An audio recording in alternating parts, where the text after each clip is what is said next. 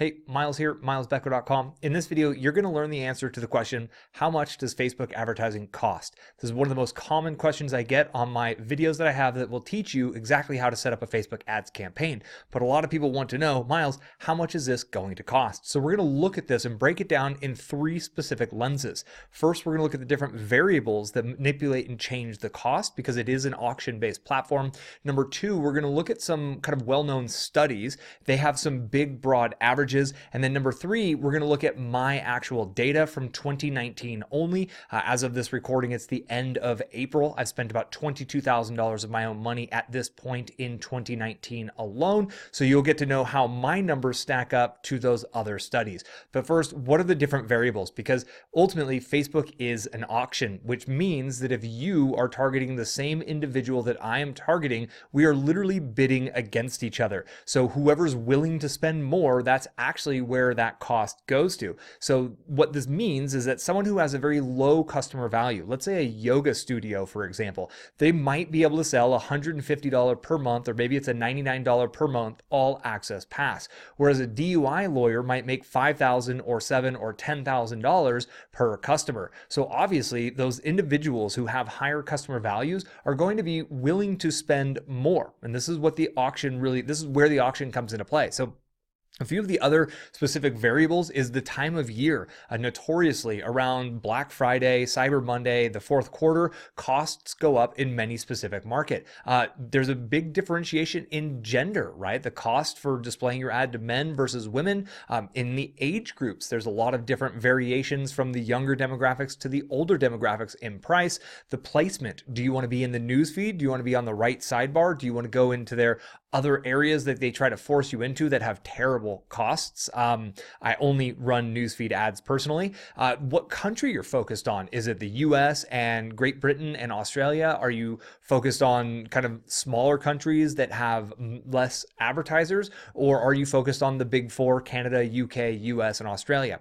If you're focused on the big four, that does drive up your cost. Time of day, the audience you're choosing themselves, right? If you're going after an audience that's everyone who likes Oprah, for example, versus everyone who likes a very obscure author that your competitors don't know about, there's going to be more competition bidding on individuals who like Oprah as an interest-based campaign than there are these obscure kind of individual localized authors who might have fan pages. They might have 150, 250,000 fans that you could target, but since very few people know about them, you can get a much better deal when you really dive deep into your targeting. And then the relevance score. Facebook is monitoring your advertisement, and they're trying to gauge, is your advertisement creating a good user experience in the eyes of those who are viewing your ad? If you are, you can actually get higher quality individuals seeing your ad out of your audience, and you can get a lower cost per click. If you're creating a negative experience to where you get a lot of the angry faces, a lot of people reporting as spam, they're actually going to drive up your cost. So you will actually pay more for the same placements compared to someone who has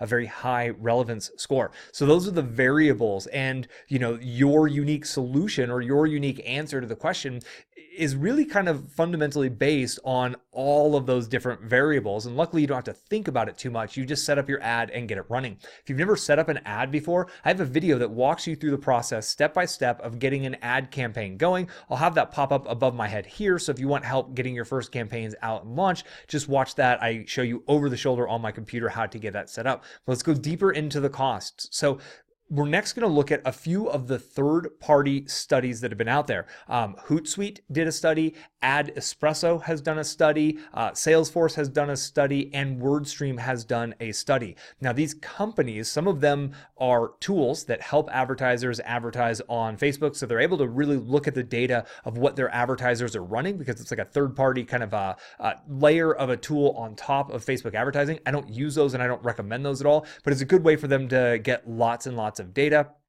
And then from Salesforce and WordStream, they're doing more interviews and they're doing more just research-based kind of data points. So on these different ones, there's two ways that people pay: cost per click and cost per 1,000 impressions. Cost per 1,000 impressions is called CPM. Cost per click is often called CPC. And depending on what type of campaign that you put together, you're probably either going to pay CPC, cost per click, so you pay every time it clicks, or you'll pay based on 1,000 impressions. If you're doing like an engagement campaign, or if you're doing a conversion campaign, you generally will pay cost per 1,000. So we're going to look at both of those metrics from my stuff and from these third parties. So what are the numbers? On the cost per click, the averages that they saw was 97 cents per click on average, $1.87 on average, and $1.72 on average. So that's 3 different studies, and their range was between 97 cents and $1.72. So the average of those is somewhere around $1.40 or so if you were to average those 3 studies together. On the CPM, the cost per 1,000 impressions, their numbers came in at $12.80, $9.82, and $7.34. So if you average those out, it would be somewhere around $9.50 or so. So the averages on that is about $1.40 cost per click and about $9.50 CPM, or cost per 1,000 impressions. These are really low costs still to this day compared to Google and compared to a lot of traditional advertising. But with that said, the costs have been climbing quite regularly. Now for me, my numbers are very, very different, which is why I wanted to share my numbers with you, because I find it super interesting. Now I have been a proponent of doing lots of research within the Audience Insights tool. Now I'll link to that video above as well. It's a research tool that you have access to as an advertiser that you can use to really go find those more obscure interests to target. Because if you're targeting what everyone else is targeting, Tiger Woods and Tony Robbins and Oprah and these big name people who everyone knows of, there's going to be more competition.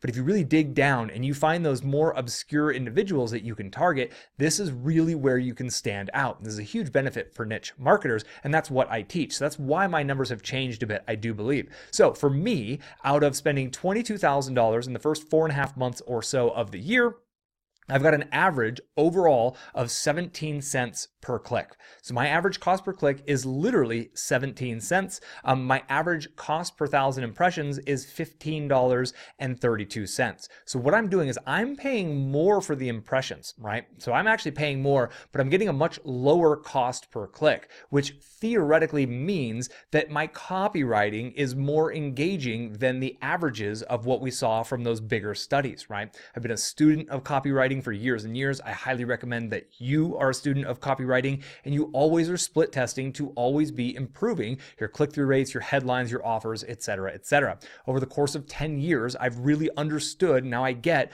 my audience, what they're looking for, and my offer is a reflection of that. So I've got that audience message and market match working really well for me. And this is something you're testing your way to, and that kind of the benefit is as you get better at your advertising, your copywriting, your costs should go down on your effective cost on that cost per click. So the ranges, I want to give you these too, because it's crazy, the different ad sets. So I target retargeting, people who've been to my website and who have left. I target lookalike audiences. I target interests, and I target my email list, a bunch of other audiences. Hundreds of different audiences I've targeted this year. And my range is from 1 penny per click. And this was not a fluke. I got over 1,600 clicks at a penny each, all the way up to 87 cents per click. So the highest click, the most expensive click averaging on a campaign or an ad set that I've run is still lower than all of the averages from all of the other businesses. Then on the other side, on the CPM, my range was as low as $3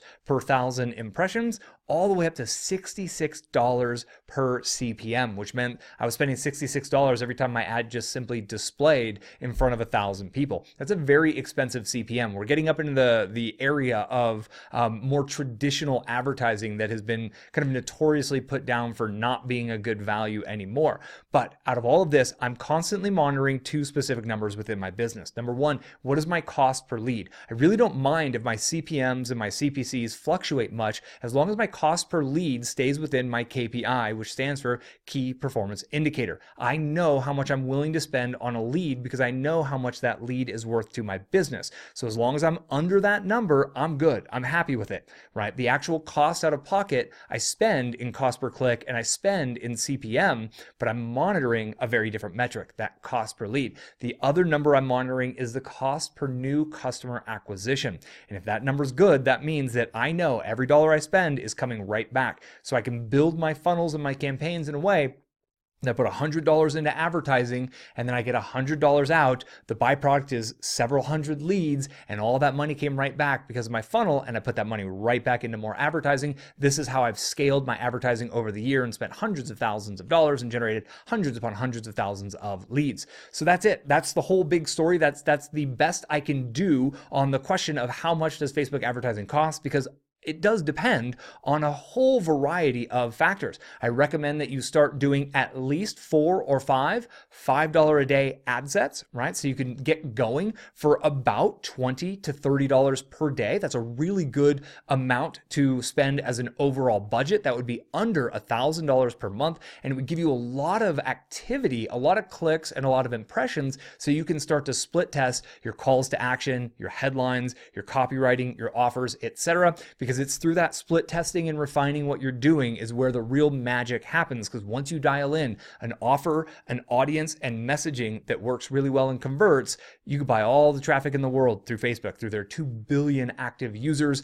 You could spend more money than any human I know of has on Facebook advertising once you get it all dialed in properly. So go forth. It's a worthy investment of time and energy. Be sure to check out on the end screen. I'll link you over to the video where I show you how to set up campaigns using that $5 a day Facebook ad strategy. If you have questions for me, get at me in the comments. Thank you for your time, and I'll catch you on the next video. Cheers.